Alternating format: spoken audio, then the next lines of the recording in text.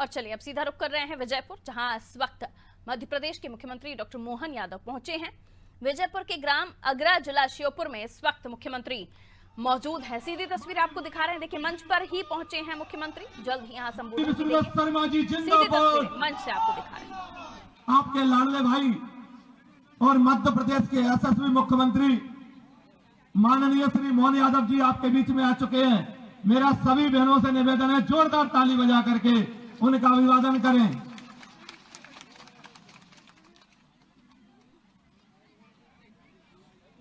मैं निवेदन करूंगा इस क्षेत्र के लाडले नेता सम्माननीय रामनिवास रावत जी से कि हमारे मध्य प्रदेश के यशस्वी मुख्यमंत्री माननीय श्री मोहन यादव जी का स्वागत करें।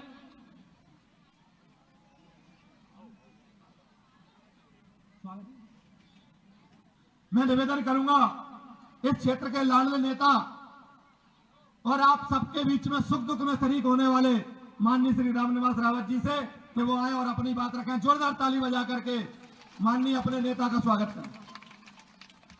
जय बोलो पार्वती।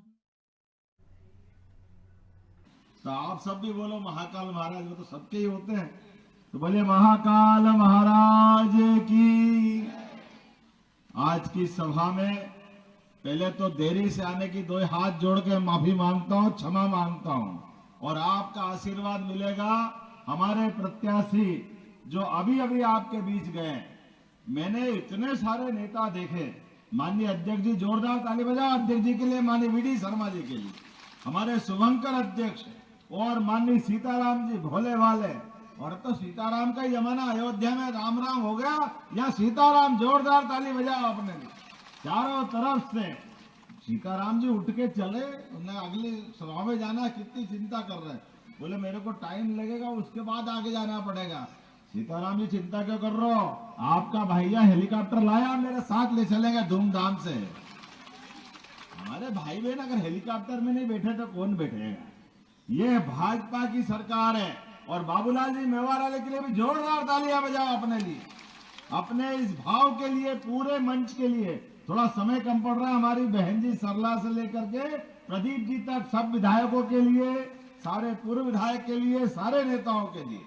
मैं आपकी जानकारी के लिए भी बता रहा हूं, आप सब भी याद रखना, मैंने सीताराम जी को हेलीकॉप्टर में लेने की बात कही है तो मजाक में नहीं कही, और आपको भी अधिकार दिया है। आप में से इस पूरी सभा में जवाबदारी के साथ कह रहा हूं, कोई के भी घर में अगर कोई बीमार हो जाए अचानक, और डॉक्टर के पास ले गए, छोटे हॉस्पिटल में ले गए, और बीमार को ले जाने के बाद लगा के इसको ग्वालियर पहुंचाना है, इंदौर, भोपाल, दिल्ली पहुंचाना, ज्यादा बीमार है तो केवल आयुष्मान कार्ड चाहिए। उसके बाद कलेक्टर और डॉक्टर डिसाइड करेंगे, हेलीकॉप्टर फोकट में आएगा। ये हमारी सरकार ने तय किया। हेलीकॉप्टर को कोई पैसा देने की जरूरत नहीं है।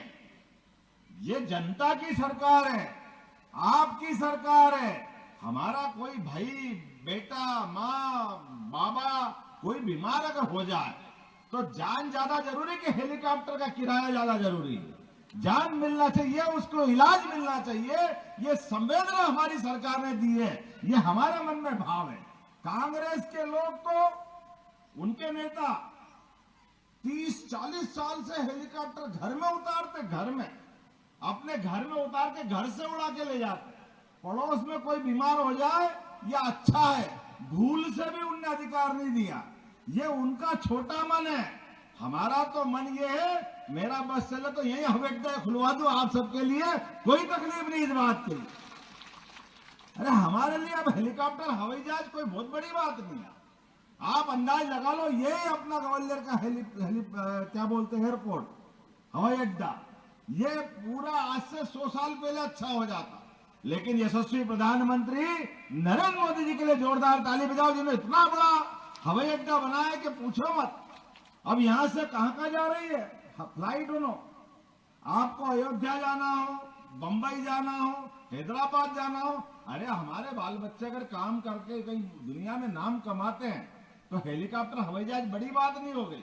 लेकिन मुझे इस बात की प्रसन्नता है ये 56 इंच के सीने वाले ही कर सकते हैं। नरेंद्र मोदी जी, जोरदार तालियां बजाओ हमारे अपने नेता के लिए, जिन्होंने एक एक करके ये माताएं बहनें बैठी है। हमारी शहरिया माताएं कौन कौन है? बहनें जरा हाथ खड़े करो जो शहरिया परिवार साथी। अब आप बताओ 1,500 रुपया आपके खाते में आ रहा कि नहीं आ रहा? और जो बचे उनको भी आ जाएगा, एक भी नहीं छूटेगी अपनी सरकार में, सबको मिलेगी। ये कांग्रेस का कभी मन नहीं हुआ कि हमारी बहन बेटी के हाथ में पैसे दे दो। अरे वो तो हाथ से छिना लेते थे। उनके तो मन में पता नहीं क्या है। 2.5 लाख का मकान, गांव में हो या शहर में, मकान होना, छत पे अपना घर का मकान होना, ये भाव भी तो चाहिए। ये भाव हमारे यशस्वी प्रधानमंत्री ने दिया। अपने शहरी क्षेत्र के अंदर किन किन को मकान मिले, हाथ खड़े करो जिन जिन को मिले मकान अभी आपके बीच में से। और आने वाले समय में लिस्ट बना लेना बाबूलाल जी, आप सारे लोगों से बोलना कि जो भी यहाँ है एक एक व्यक्ति। अच्छा, गोवर्धन पूजा में कौन कौन शामिल हुआ? जरा हाथ खड़ा करो। गोवर्धन पूजा जिन जिनके घर में होती है, गाय भैंस जिसके घर में होती है, हाथ करो जिनके घर में गाय भैंस। आप इतनी बड़ी संख्या में, आप चिंता मत करो। ये गेहूं के ऊपर बोनस, धान के ऊपर ये तो बोनस देते ही हैं। कृषि विकास दर के आधार पर हमारी फसल के लिए प्रोत्साहन देते ही देते हैं। लेकिन आने वाले समय में दूध के ऊपर भी बोनस देगी। दूध के ऊपर अपनी सरकार ये दूध को प्रोत्साहन देने के लिए। अरे इस देश में दूध दही की नदियां बहती। भगवान गोपाल कृष्ण, मैंने सुना है मथुरा से नंद बाबा की 1 लाख गायें आपके यहाँ तक आती थी कि नहीं आती थी? गोरस तक बताते हैं वो गिर गाय गौ माता। इनके जमाने में गौ माता को काट के ले जाओ, कोई पूछने वाला नहीं था। हमारे जमाने में अब करके देखे, 7 साल की सजा कराएंगे, 7 साल की सजा। कोई गौ माता की तरफ देख के रहे।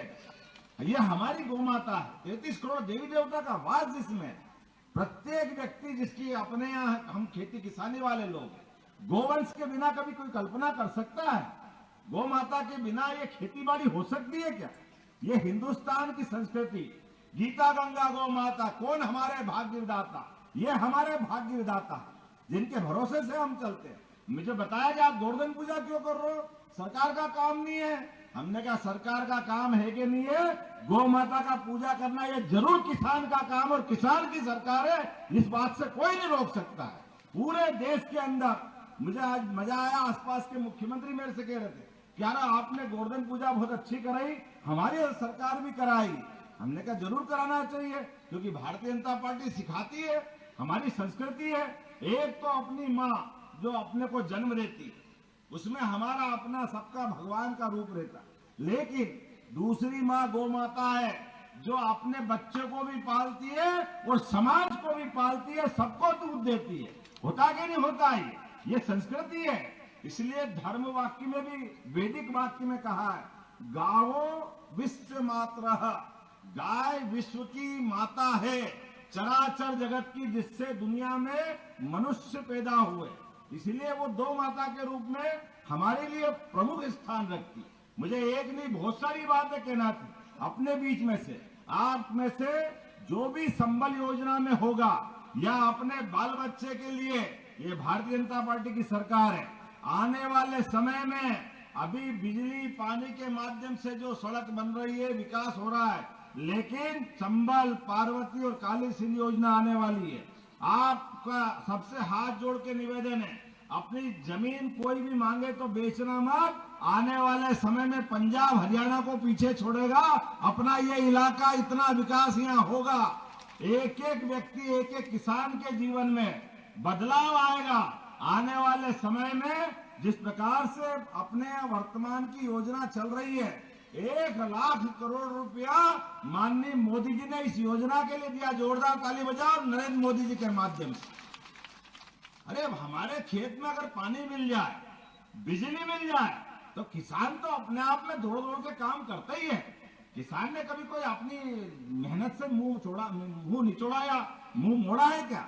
लेकिन आज इस समय इस बात की आवश्यकता है कि जो उपलब्ध संसाधन है उनका बेहतर से बेहतर उपयोग करो। इसलिए नदी जोड़ो अभियान, नदी जोड़ो में कौन कौन सी नदी? पार्वती, काली सिंध, चंबल, इनके माध्यम से केवल मध्य प्रदेश नहीं, राजस्थान के भी 13 जिले और 13 जिले हमारे, और यहां से लगा करके मुरैना से श्योपुर होते हुए शिवपुरी, गुना, ग्वालियर, आगे जाके राजगढ़, राजगढ़ के बाद शाजापुर, उज्जैन, इंदौर, ये पूरे पश्चिमी मध्य प्रदेश के सभी जिलों के अंदर पीने का गांव-गांव में पानी और खेतों में पानी। अरे ये माननीय नरेंद्र मोदी जी की सरकार है जो सीमा पे जवान और खेतों में किसान दोनों की चिंता करती है। हमें इस बात का गर्व, किसान से बड़ा मेहनती कौन है? अपने खून को पसीने में बदल करके अगर काम करता है। ये जो वोट मांगने आपसे हम आए हैं, जरा इन कांग्रेसियों से पूछना, तुम्हारी भी सरकार थी, ये नदी माताएं तो पहले से बह रही थी, आप कहां चले गए थे? सबको भूखे मरने छोड़ दिया था। पुराना जमाना याद करो, एक 55 साल का कांग्रेस का समय निकला है और ये 20 साल में समय बदला है। ये माइक और लाइट चल के मैं भाषण अगर दे रहा हूं तो ये भाजपा की तो दे, नहीं तो बोल ही नहीं पाते। लाइट रहती नहीं थी, रहती थी लाइट क्या? यहाँ मनुष्यों की जगह डाकू घूमते थे। डाकू ऐसे सुना था मैंने, डाकुओं का शरण स्थल था। अब बताओ डाकू को, डाकू क्या, डाकू खड़े करे गए थे। डाकू जान करके मैं जवाबदारी के साथ कहना चाहूंगा, कांग्रेस की सरकार ने डाकुओं के दम दम पर अपने लोगों को जिताने के लिए लोगों को मरने छोड़ दिया था। और ये माननीय मोदी जी और भाजपा की सरकार है जो किसानों को निर्भीकता के साथ खेत में काम करने का मौका देती है और जवान बंदूक लेके खड़ा है। अगल बगल का पाकिस्तान जरा आंख टेढ़ी करे तो घर में घुस के मार के बताती है ये भाजपा की सरकार, ये हमारी अपनी सरकार। हमारे खेत के किसान निर्भीक होकर काम करें और जवान निर्भीक होकर बॉर्डर पे सेवा करें, तब तो देश आगे बढ़ता। गरीब से गरीब आदमी की जिंदगी में भला होना चाहिए। और मैं आप ज्यादा लंबा भाषण नहीं देता हूं, छोटी सी बात कहता हूं। एक बात की गारंटी है, अपने इस विजयपुर चुनाव के अंदर लगभग अभी हमारे साथ 4 साल 1 महीना तो वैसे ही दिख रहा है। आप बताओ ये चुनाव के अंदर एक बार जोरदार ताली बजाओ राम निवास जी के लिए, जिनने चुनाव के बाद आमतौर पे विधायक कोई बन जाए तो कोई छोड़ता है? काय के लिए रिस्क लेगा, काय के लिए झंझट में पड़ेगा? वो तो चुनी गए 5 साल के लिए। लेकिन उस आदमी ने कहा कि नहीं, मैं विधायक बाद में, मेरे क्षेत्र की जनता का विकास ज्यादा जरूरी है, इसलिए आपके भरोसे से इस्तीफा दिया उनने। जोरदार ताली बजाओ। उनने कहा 165 विधायक बीजेपी के हैं और कांग्रेस के कुल 65 है। ऐसे में हमको विकास करना तो भाजपा के अलावा कोई बात नहीं हो सकती। इसलिए भाजपा पे भरोसा करके डंके की चोट, उनने कहा मैं इतने समय तक कांग्रेस में रहा हूं, लेकिन आप बताओ उज्जैन आगे बढ़ गया, भोपाल आगे बढ़ गया, ग्वालियर आगे बढ़ गया, सबके सब आगे बढ़ गया, ये विजयपुर क्यों पीछे रहेगा? ये हमारा श्योपुर जिला क्यों पीछे रहेगा? आपके सबके जीवन के बदलाव के लिए वो भाजपा में आए। तो ये चुनाव किनका, उनका है कि आपका है? बताओ किनका चुनाव है? जो विधायक आपके लिए इस्तीफा देता, जोरदार ताली बजाओ, ये आपका चुनाव है। इसलिए आपको सबको एक एक व्यक्ति को निकाल करके अपने लिए भाजपा के पक्ष में वोट दिलाने की जरूरत है। और आप इधर वोट दोगे, उधर भाजपा जीतेगी। और केवल अकेले रामनिवास रावत जी नहीं मिलेंगे।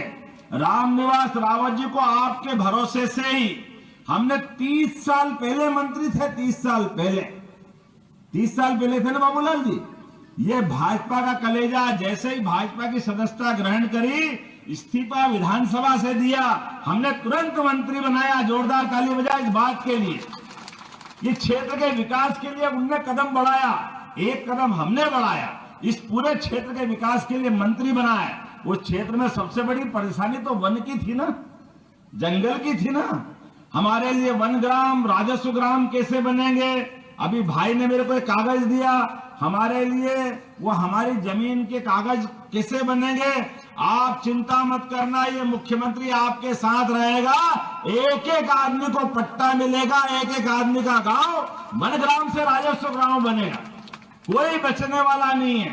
प्रत्येक व्यक्ति के जीवन में अगर कष्ट आए तो फिर हमारा मुख्यमंत्री होना ही बेकार है, हमारी सरकार का होना बेकार है। हमारे अध्यक्ष जी के नेतृत्व में हमने तय किया है भारतीय जनता पार्टी की सरकार आदिवासी, वनवासी, गरीब, महिला, युवा, किसान, किसी को कोई कमी नहीं आने देगी। सबका साथ, सबका विकास। जोरदार ताली बजाओ नरेंद्र मोदी जी के साथ। तो अब मैं ज्यादा बात इसलिए नहीं बोलूंगा कि मैं पहले ही लेकर आया हूं और मुझे तुरंत एक कार्यक्रम करते हुए तीसरे में जाना और हेलीकॉप्टर यहाँ उड़ता नहीं क्योंकि शाम हो जाएगी। तो आप सब तैयार है भाजपा के पक्ष में वोट देने के लिए? कौन कौन तैयार है? माता बहनें तैयार है? तो ये भाई दूज के बाद के लिए आपका हाथ उठा रहे हो। आपका भाई आपसे निवेदन कर रहा है, कोई भूले नहीं, कोई भुलावे में नहीं आए। अपने स्थान पे खड़े जाओ, दोनों हाथ की मुट्ठी बांधो और एक एक वोट जब तक भाजपा के पक्ष में नहीं डल जाए तब तक हमको चैन से नहीं बैठना है। हमारी सही दिवाली तो 13 तारीख को मनेगी। बहन खड़ी हो जाओ जरा, क्या बात है, जोरदार। ये है जोरदार, ऐसी तो हमारी बहनें हैं। अभी झांसी की रानी कम पड़ जाए, हमारी बहनें आगे चली जाएगी। मेरी अपनी ओर से भाइयों के लिए भी यही कह रहा हूँ। तो अपने ओर से आपसे निवेदन करते हुए भारतीय जनता पार्टी को जिताएंगे। बोलो भारत माता की।